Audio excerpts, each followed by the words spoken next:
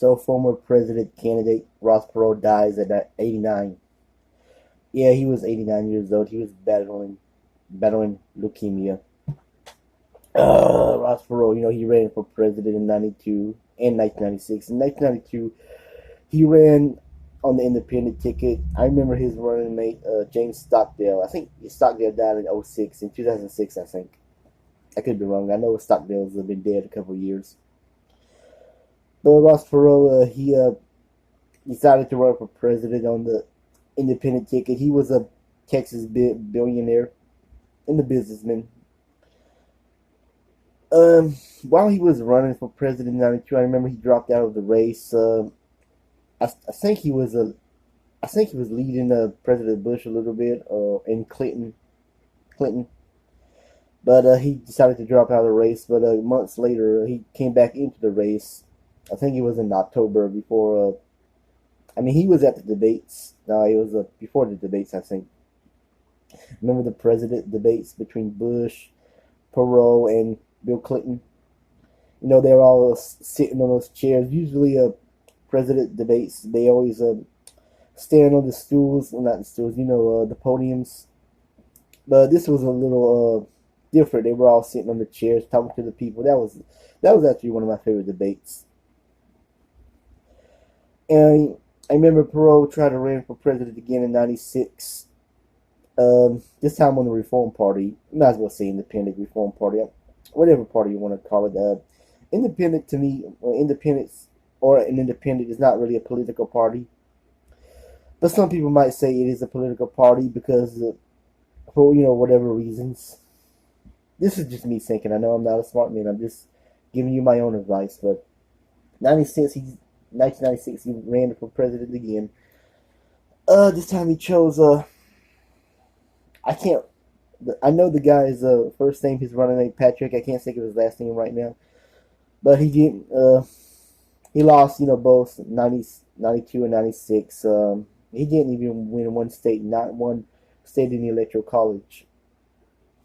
He did get some percentage of votes in '92. Just didn't get the electoral college. I think he won a county in California and a county in Maine. I'm just guessing. Even though he wasn't even though he didn't win the presidency or the electoral college or one state anyway, he was still kind of popular. He did get a lot of votes. It's not the voter, just didn't get to the White House. He just didn't win the presidency. What else?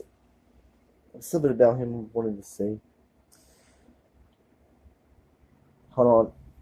Sorry, I meant to say the Republicans, they still blame him for getting Bush out of the White House for Clinton winning in '92. The Republicans still blame Perot for the Clinton win in '92.